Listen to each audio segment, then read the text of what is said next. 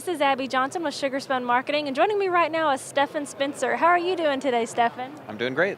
Thanks for having me. Well, thank you for joining us. I want to talk a little bit about, you've written multiple books, and I want to talk to you, first of all, about the Art of SEO that was just released. It's actually the 3rd edition. So tell us a little bit about this book. Yeah, it's completely updated. It's 1,000 pages now. I mean, it's really heavy. There's new chapters, like a penguin, panda, and penalties chapter that's new. There's all sorts of new updates in terms of tools, strategies, tactics, techniques. Everything's updated, stats, trends, and so forth. The future of search, lots of changes. Yeah. So what would you say, I mean, I know you can't really answer this in a minute or so after you've written a 1,000-page book, but what is really the art behind SEO? I mean, like you said, there are so many factors today, so there's not a secret sauce, but it's definitely a skills game. So tell us a little bit about that. Right, so you've got the science and you've got the art, and you need both, right? So I'm a technologist. I've got all these years of experience in computer programming and everything. I taught myself how to program when I was a kid, wrote my own bulletin board system from scratch. But then on the other hand, you need the artistry, because if you can't kind of dream big in terms of campaign ideas for link building, for content marketing, how are you going to get noticed? How are you going to create something that's remarkable? You know, Seth Godin says remarkable means just it's worth remarking about. If you don't create something that's worth remarking about, nobody's going to link to your stuff, and then how are you going to get found?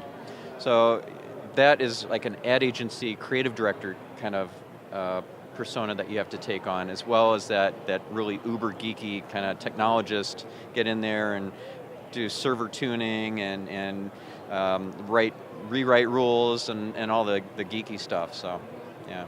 That is really interesting as SEO has evolved, because you and I, we've known each other for years, and we've always talked about the really technical side, the scientific side, but that's what's interesting is that as SEO has evolved, so have the internet marketers within it, and you've actually also written a book called Social Ecommerce, tying in the social side. So tell me a little bit about that and how you personally have evolved your own business to I guess, accommodate social media. Right, so social media is a key driver for successful SEO, because if you don't reach the influencers to get the links and the social mentions and so forth, you're dead in the water in terms of your SEO.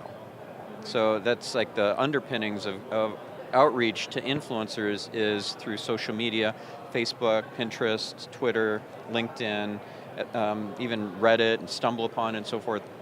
So really mastering those social sites is a key aspect. And so in the social e-commerce book, I took a completely different tact and went after different target audiences and said, well, if you're an author, this is how you would leverage different types of social media. So there's a chapter for authors. If you have an event that you're, like a live event you're putting on, event marketers, here's how you need to think about social media. Or if you're selling a digital product or physical products, if you have local storefronts, this is a kind of an unusual way of writing a book, but I've gotten really great feedback on that. So very approachable sort of book, whereas the Art of SEO is really dense and it gets really geeky, but so one of my friends in the industry, Amy Africa, said that the book is better than Ambien. So I'll take that as a compliment, but I'm not quite sure. But it is a really good book. I mean, it is the Bible on SEO from soup to nuts. But if you're into like trying to master social media, whether you're an entrepreneur, an agency person, or brand side, you need a that kind of gives you the how-to for social media as well.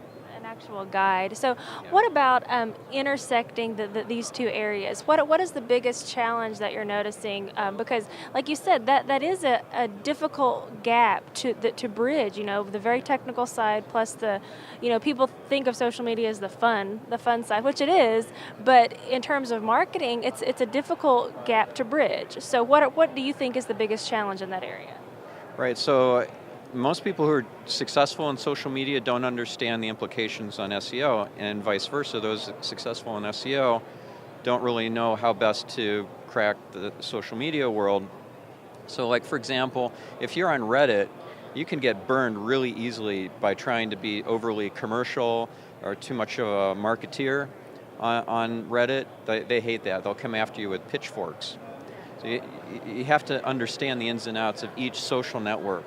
Right? So even Wikipedia is a social network. There's a whole community, and if you need to leverage that community, if you created an article, it gets AFD'd, which is article for deletion. You need to rally your friends in that community to say, hey, no, this is actually a worthwhile article. It's encyclopedic, it needs to stay. So understanding each social site and how they interplay with SEO, and of course most social sites no-follow all their links, external links, so you can't get any direct SEO benefit from a link from whether it's Wikipedia or YouTube or Facebook or Twitter or Flickr, it doesn't matter. All those are no-followed links. It's all about the kind of getting in front of the influencers, and then once you've got their attention and interest, right? So AIDA, get the attention, interest, desire, and action, and so forth. So it is an art. Definitely. And it's probably best to get a consultant to help you figure it out. Of course. And that's why we're all here, by the way. But no, this is great information. Stephan, thank you so much. We really appreciate you talking with us. Yeah, well, thank you.